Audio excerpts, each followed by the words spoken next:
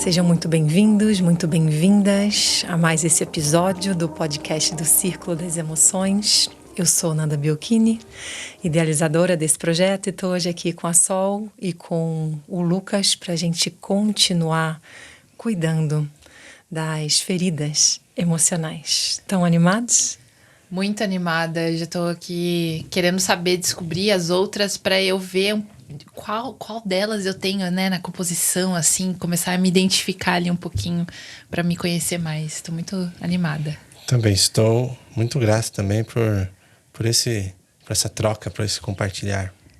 E nessa altura, você que nos ouve já deve estar começando a se reconhecer também dentro das dores e dos traços de caráter que a gente já trouxe. E lembrando, né, que é um convite de profunda aceitação da tua própria personalidade, e a transformação surge da aceitação. E um foco, um recorte de escolher olhar para o recurso, para o seu superpoder, para a estratégia que se desenvolveu a partir dessa dor. E hoje nós vamos falar sobre a dor da manipulação. Mas antes de entrar mais a fundo nessa dor, eu quero te deixar o convite. A gente está com as últimas vagas para o retiro do Círculo das Emoções, que vai acontecer no final de semana do dia 20 de janeiro. Então, se você quer aprofundar nas vivências, na experiência direta, num caminho de autoconhecimento e de autotransformação, vem com a gente, ainda dá tempo. Deixa seu nome na lista de interesse que está no link da bio. E eu recomendo, galera, porque pela nossa própria experiência, você aqui já está recebendo todo esse conteúdo, esse conhecimento que a Nanda traz com tanta propriedade, com tanta verdade sobre as nossas emoções, nossas feridas, mas viver na pele, incorporar essas emoções, sentir de fato elas no seu corpo é outra coisa, né, Nanda? Recomendo também, porque eu invisto em experiências presenciais, eu amo. E é o que a gente falava aqui antes de iniciar esse episódio, inclusive, das formas de aprender e das formas de corporificar o aprendizado, e como que a vivência, a experiência direta é importante e não só a informação. Então fica o convite para você que quer aprofundar. Boa. Bora lá conhecer Vamos. A dor da manipulação e o superpoder que surge desse desafio. Então vamos imaginar ali por volta de 1 ano e meio, 2 anos e meio dessa criança, aquele momento em que ela vai saindo do entendimento que o mundo dela é a mãe, ela vai saindo desse momento em que há uma profunda simbiose com a mãe, e é como se o mundo dela crescesse em complexidade, crescesse em relações. Então, nessa fase, especialmente quando vai chegando ali nos 2 anos e meio, ela começa a se reconhecer como um serzinho separado da mãe, como um indivíduo. E ela começa a reconhecer que tem eu, tem a mamãe, tem o papai, e mais, tem todo o contexto familiar, irmãos, tios, avós. Então percebem que, caramba, antes era só eu chorar e me esgoelar aqui para eu receber o que eu precisava, que a minha mãe vinha atender. E agora, que tem esse monte de gente que é diferente da minha mãe aqui, como é que eu vou fazer para ter as minhas necessidades atendidas? Como é que eu vou fazer para ser visto, para ser amado, para ser importante nesse novo contexto que tem maior complexidade, maior quantidade de interações, pessoas diferentes, né? Então, essa criança começa a olhar para esse ambiente e começa a se desenvolver nela uma habilidade de se moldar e fazer uma articulação da dor para receber desse ambiente o que ela precisa, para que esse ambiente se torne agradável para ela. E é muito forte, porque é nesse momento que começam as memórias emocionais que muitos de nós carregamos para a vida adulta, que conta o seguinte: eu não tenho valor pelo que eu sou, eu só tenho valor pelo que eu faço. Eu associo amor, associo receber o amor àquilo que eu faço. Simplesmente ser não me dá o direito de me sentir amada.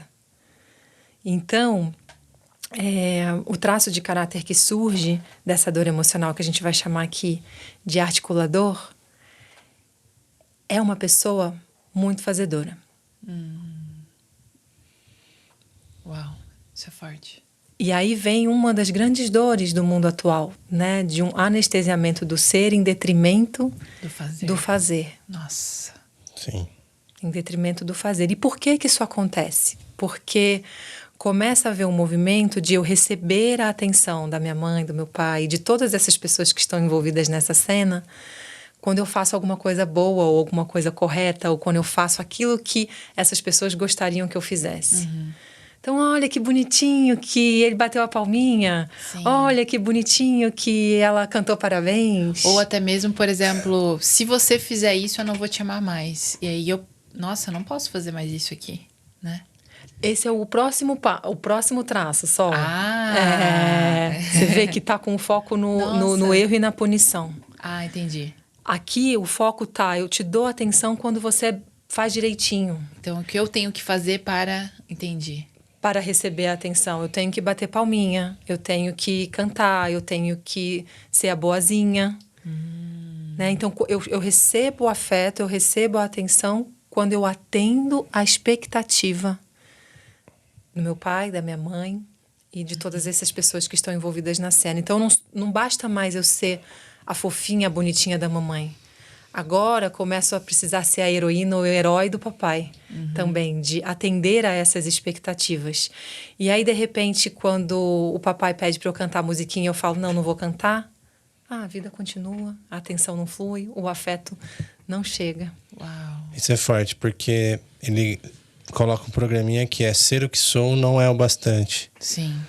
E eu passei por algumas situações nesse contexto na escola, porque sentia que ser um bom aluno enchia os pais de orgulho, e se não fosse, era exatamente o oposto. Era uma decepção. Isso cria um peso que eu detectei muitos anos depois, assim, muitos anos depois. Você percebe essa memória ativa na tua vida, então? Sim. E é interessante você falar da escola, porque você vê, é um primeiro alargamento para um campo social, que depois, no momento que vai para a escola, alarga ainda mais, né? Mas é o exemplo perfeito, Lucas. E aí, essa criança começa a entender que há uma troca acontecendo, né? E que há uma expectativa. E isso também é forte, porque começa a moldar a personalidade para atender o projeto que o pai e a mãe têm sobre essa criança. Inconscientemente, né, gente? Então, é como se, enquanto eu estou olhando para a visão do meu pai e da minha mãe, para o projeto que eles têm para mim, enquanto eu estou caminhando esse caminho, enquanto eu estou indo bem direitinho naquilo que eles esperam para mim, nossa, tá tudo bem, eu estou recebendo amor, eu estou pertencendo, eu estou recebendo atenção, mas quando eu paro e vou olhar aqui para mim, e agora eu existo como indivíduo, eu começo a me reconhecer como indivíduo separado, e quando eu vou olhar aqui para mim, é como se o amor fosse interrompido. Entendi. E aí vai perdendo esse senso do valor pelo que eu sou, e eu não sou bom o suficiente, e a energia vai toda para a ação, para o fazer acontecer. E para o outro, né? Não para mim mesmo. E para o outro. Nossa. Mas o que eu vejo de complexo nessa questão é que o jogo social está montado e colaborando com isso. Então, não é só o contexto da família. Sim. Porque a família tem isso que já existe como cultura, que está sendo colocado, transferido para o filho, esse peso, filha. Mas a própria escola tem toda essa cultura instalada dentro. Vai reforçando, né, Lucas? Ao longo da vida, você teve essa memória da infância, e todos os ambientes pelo qual você vai transitando reforça. Exato. Essa memória e essa crença.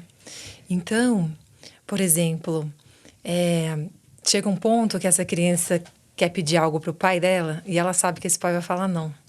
E ela já está tão sagaz nesse movimento de articular o ambiente para que fique favorável para si, que ela fala assim, bom, minha mãe tem mais sensibilidade. Se eu for lá com aquele olhar pidão, eu posso sensibilizar ela e ela vai pedir para o meu pai e eu vou conseguir Nossa. aquilo que eu queria. É uma mente estratégica. É uma então. mente estratégica. Você vê aqui o poder, o superpoder. Tem um superpoder que é a articulação, a conexão, a lógica, o raciocínio. Então, assim como o traço esquizoide, o articulador é como se ele não sentisse. Ele não vai se emocionar, ele não vai ter aquela sensorialidade do oral que a gente falou no último episódio. É como se ele não tivesse coração. Ele é lógico, ele é racional, ele é, ou ela, né, estrategista. Ele se anestesia, assim. Nem anestesia, porque não sente. Uau. Lucas se reconhecendo. Tenho bastante disso. Que é muito legal olhar para isso, porque justamente na caminhada do autoconhecimento é onde eu coloco bastante luz para cada vez mais me abrir, cada vez mais sentir.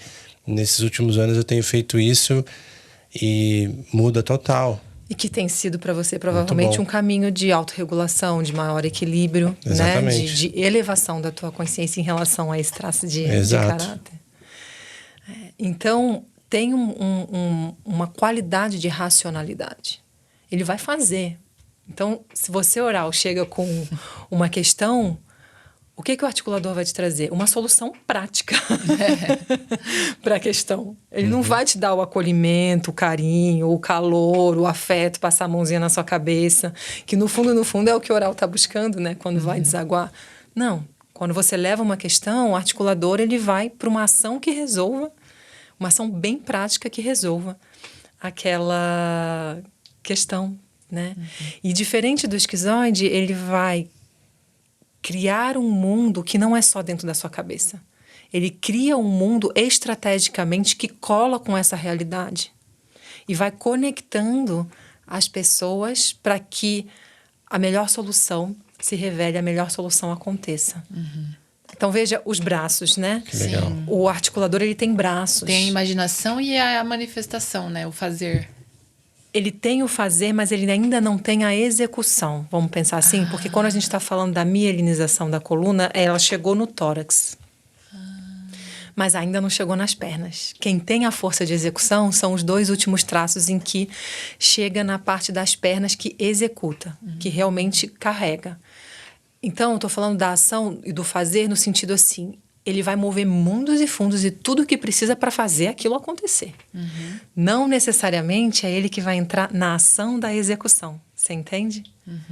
Então, como a gente falou no esquizoide, talvez ele precise de complementariedade, de pessoas que tenham mais essa energia da execução para realmente manifestar as suas criações no mundo. Uau. E ele começa a entender isso desde a infância, porque ele entende um mundo de trocas e de expectativas. Como é que eu vou navegar nesse mundo? Mas, poxa, eu acabei de engatinhar.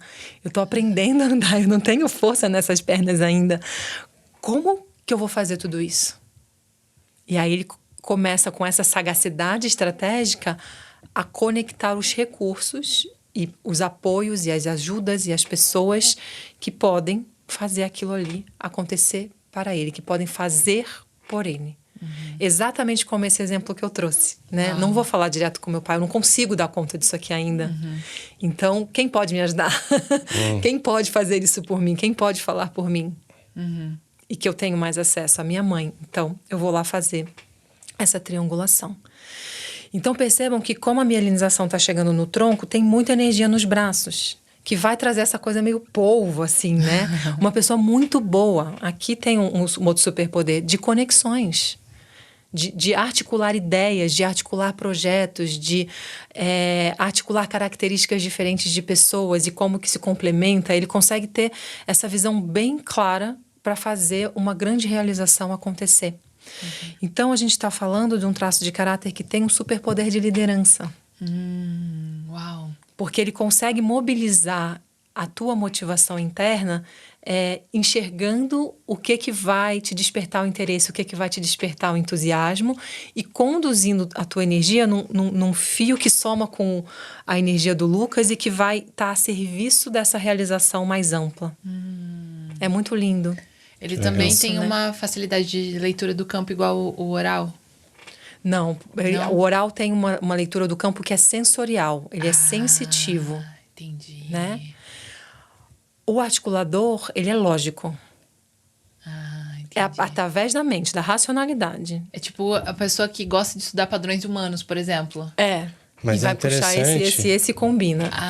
É interessante lembrar, para não cair naquela armadilha de que é isso ou aquilo. Perfeito. Somos Uma composição. composição. Isso é muito legal de lembrar, porque realmente tem traços disso e daquilo, mais disso, mais como a Isso. É por Ananda isso que a trouxe. Nanda trouxe traços de caráter, Super mas legal. que tem alguns que são mais evidentes, né? É.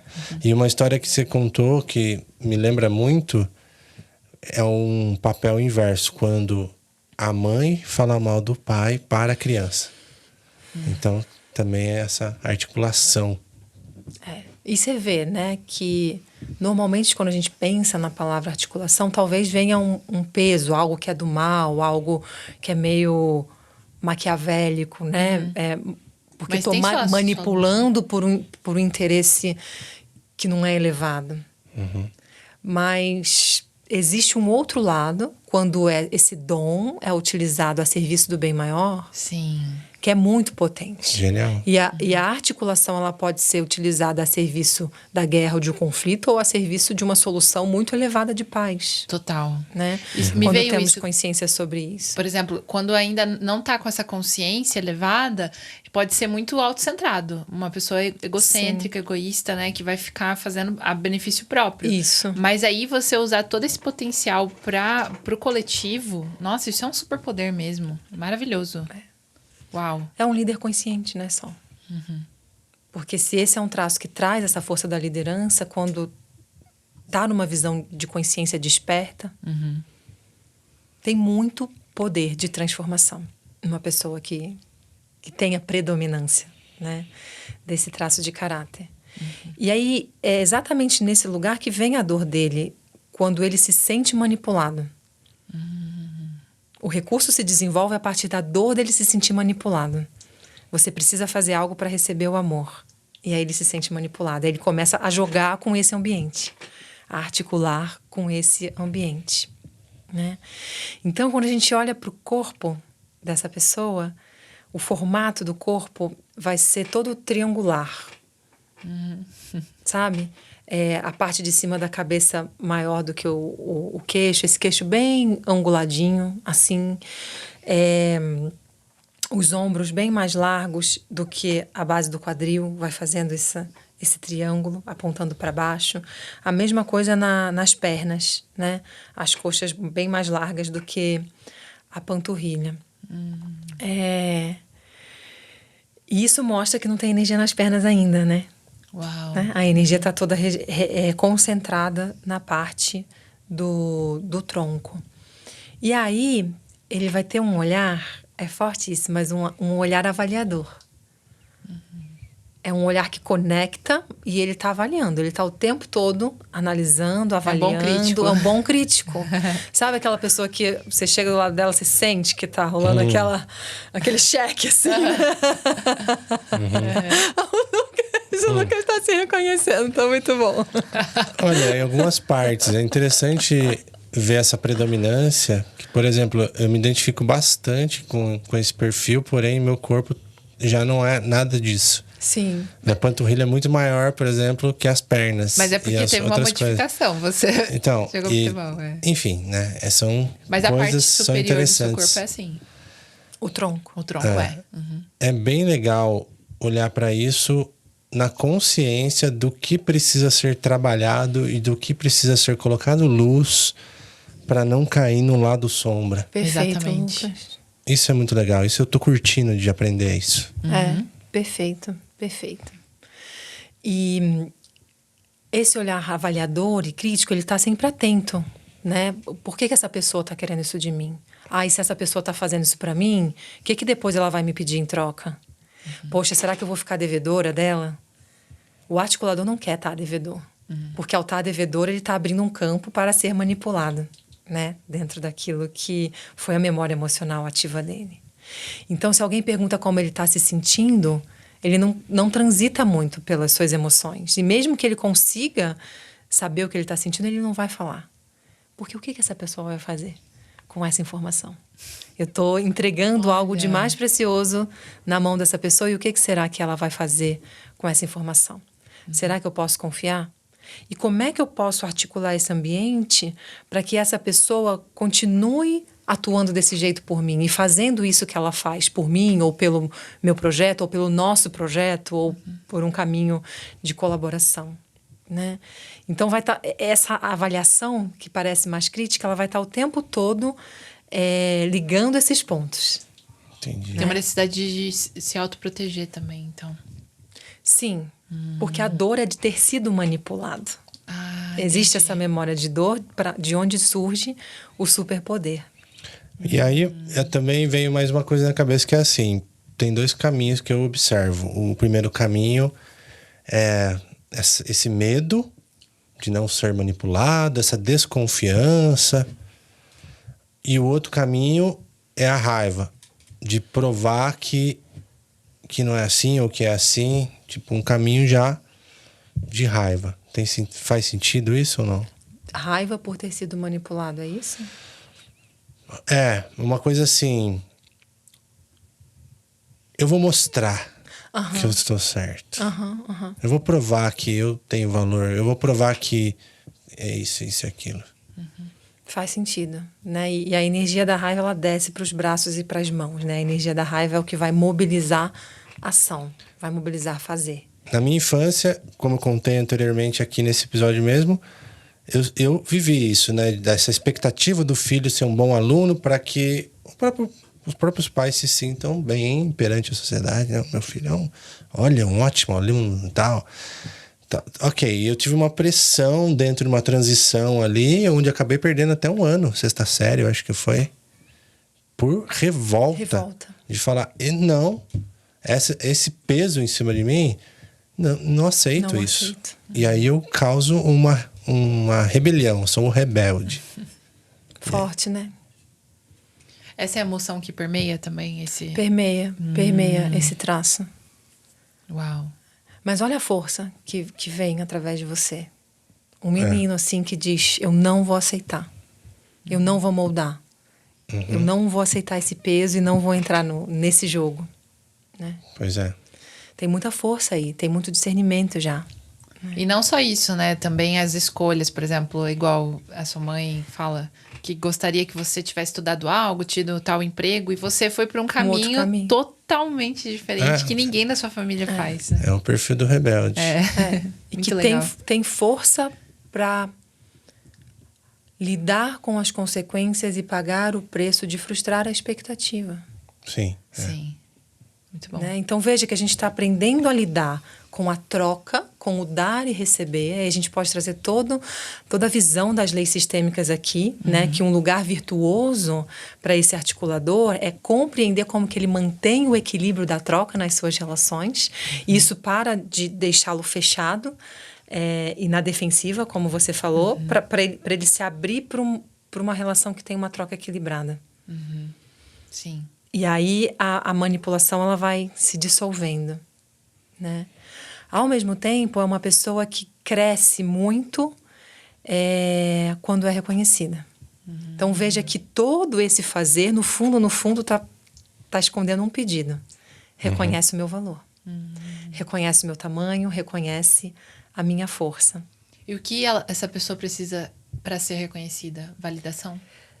O reconhecimento do que ela fez. Não o reconhecimento do que ela é, porque ela não entende essa linguagem. Nossa, uau! Entendeu? Nossa, aquilo que você fez foi incrível, sensacional, mudou minha vida em tal e tal forma. Olha só como aliviou o sofrimento de tal e tal pessoa. E às vezes ela também pode ter esse mesmo padrão de reconhecer o que o outro faz e não o que o outro é. Provável. Olha, provável, porque é a linguagem dela. Né? Então, se você fala para ela, se você dá para ela esse reconhecimento em relação ao que ela fez, isso vai deixando ela confortável. e ela vai entrando para o seu lugar de brilho, de poder usar esse poder de articulação a serviço elevado e do bem maior. Se você traz esse reconhecimento publicamente, eleva ainda mais o conforto dela, o bem-estar e vai potencializar ainda mais a luz dessa pessoa, né? Então, assim como o oral, é um traço de caráter que diz assim, quanto mais eu existo, quanto mais eu estou nas relações, quanto mais eu sou reconhecido, melhor é o meu mundo. Mais eu me nutro. Mais eu me nutro, mais na minha potencialidade eu estou, mais trazendo soluções eficientes e estratégicas para as questões do mundo eu estou. Uau! E é interessante porque também numa jornada de autoconhecimento, conforme essa expansão de consciência vai acontecendo, a necessidade de aprovação externa, a necessidade de ter esse reconhecimento, ela diminui drasticamente, porque você vai reconhecendo seu próprio valor. Perfeito. Então, é um Sim. trabalho de autoconhecimento muito potente de falar, eu sou o que sou e isso basta. Se bancar, E eu sou amado pelo que sou. Basta ser o que sou, que já sou digno e merecedora de receber o amor. Só para recapitular um pouquinho, o oral, ele não tem essa questão de ser reconhecido pelo que ele faz, né? Ele quer ser visto. Ele quer ser visto. Ah, tá. E ele quer ser Pelo visto que ele é. no sentir, nas suas emoções. Pelo que eu sinto. É. Olha, que interessante. Quer ser E o visto outro é nas pelo que suas eu emoções, faço. pelo que eu faço. Vocês lembram que eu falei que a memória de dor, a única que afeta diretamente o ser, é o esquizoide? E depois a gente vai estar sempre trabalhando no nível do ter e do fazer? É esse o ponto que a gente está chegando aqui. Né? E são pessoas que vão ter um olhar bem prático para a vida. E aí, quando a gente pensa nas nossas relações, é um desafio, né? Quando uma relação acontece entre, por exemplo, o traço oral predominante com Articulador. Vou repetir. Um traço oral predominante com um traço articulador predominante. Imagina se é uma composição de esquizoide com um articulador, que tem uma força de racionalidade, de lógica ainda mais forte, com uma pessoa que tem uma predominância oral. Fica bem desafiadora essa relação se não temos esse entendimento, essa compreensão que a gente está compartilhando aqui com vocês no podcast. Então, quero deixar um convite, uma brincadeira interessante, né? Até agora a gente está trazendo esses conhecimentos para vocês irem se reconhecendo, mas quero convidá-los para começar a brincar na relação de vocês também. Qual que seria a combinação dos traços do seu companheiro, da sua companheira, da sua mãe, do seu pai, do seu irmão, do seu melhor amigo, do seu chefe, né? É um estudo bem interessante para entender como que a gente harmoniza e potencializa a expressão de cada um dentro dos relacionamentos. Sim. Bem E lindo, né? É como um mapa para navegar mesmo, né? Nessa dimensão, nessa realidade. Isso é poderosíssimo. Adorei. Adorei a atividade. Maravilhoso. E comentem aí depois pra gente saber também como que foi essa pesquisa, né? Desse desafio que a Nanda trouxe, que eu acho que é maravilhoso. Pôr na prática, né? Sim. Aí sim. a gente corporifica, igual você trouxe. Perfeito. E pode deixar nos comentários aqui qual traço até agora que você mais se identifica, que mais ressoa no teu coração, porque eu sou oral, né? No seu coração ou no seu cabeção? Aí o articulador fala, mas nada ressoa no meu coração. Verdade. Pensei nisso também. Muito bom. Percebam que há um movimento de um estabelecimento de um laço de confiança. Quando essa confiança vai se solidificando, o articulador se sente um pouco mais à vontade. Ele tem grande desafio de estabelecer o laço de confiança. E aí, para quem se reconhece nesse traço, eu convido você a escutar o episódio da temporada passada que a gente falou apenas sobre confiança e como construir essas bases sólidas através da anatomia da confiança, que é um estudo da Brené Brown. Eu super recomendo que vocês escutem novamente se já tiverem ouvido, né? Maravilhoso Perfeito. esse episódio. Muito bom. Recomendo. Maravilha, gente. Se vocês estão gostando dessa temporada, curtam, comentem, compartilhem com os amigos e marquem a gente no @Círculo das Emoções, @TribeZen. @NandaBiolchini. Gratidão. Gratidão. Até o próximo.